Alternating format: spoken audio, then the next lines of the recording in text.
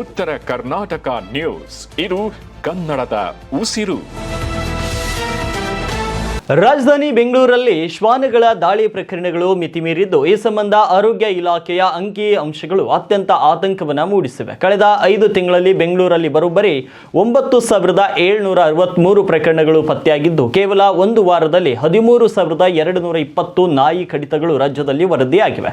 ನಾಯಿಗಳ ದಾಳಿಯಿಂದ ಕಳೆದ ವಾರ 2 ಪ್ರಾಣ ಕಳೆದುಕೊಂಡಿದ್ದಾರೆ. ಜನವರಿಯಿಂದ ಇಲ್ಲಿಯವರೆಗೆ ಬರೋಬ್ಬರಿ 2,66,367 ಜನರಿಗೆ ರಾಜ್ಯದಲ್ಲಿ ನಾಯಿ ಕಚ್ಚಿದ್ದು, ಒಟ್ಟು 30 ಜನರು ಮೃತಪಟ್ಟಿದ್ದಾರೆ. ಬೆಂಗಳೂರಿನ ಸೌತ್ ಝೋನ್ನಲ್ಲಿ ಅತಿ ಹೆಚ್ಚು ನಾಯಿ ಕಡಿತ ಪ್ರಕರಣ ದಾಖಲಾಗಿದ್ದು, ಕಳೆದ 5 ತಿಂಗಳಲ್ಲಿ 3,303 ಪ್ರಕರಣಗಳು ಪತ್ತೆಯಾಗಿವೆ. ಕೆಸಿ ಜನರಲ್ ಆಸ್ಪತ್ರೆ ಸೇರಿದಂತೆ ಅನೇಕ ಕಡೆಗಳಲ್ಲಿ ಡಾಗ್ ಬೈಟ್ ವ್ಯಾಕ್ಸಿನ್ಗೆ ಬೇಡಿಕೆ ಹೆಚ್ಚಿದ್ದು, ದಿನಕ್ಕೆ 60-70 ಜನರಿಗೆ ಡಾಗ್ ಬೈಟ್ ವ್ಯಾಕ್ಸಿನ್ ನೀಡುವ ಪರಿಸ್ಥಿತಿ ಎದುರಾಗಿದೆ. ಹೀಗಾಗಿ ಆಂಟಿ ರೇಬಿಸ್ ವ್ಯಾಕ್ಸಿನ್ನ ಶೇಖರಣೆಗೆ ಸರ್ಕಾರಿ ಆಸ್ಪತ್ರೆಗಳು ಮುಂದಾಗಿವೆ. ನಾಯಿ ಕಚ್ಚಿದರೆ ನಿರ್ಲಕ್ಷ್ಯ ಮಾಡದೆ ಕೂಡಲೇ ವ್ಯಾಕ್ಸಿನ್ ಪಡೆಯಿರಿ ಅಂತ ವೈದ್ಯರು ಕೂಡ ಸಲಹೆಯನ್ನು ನೀಡಿದ್ದಾರೆ.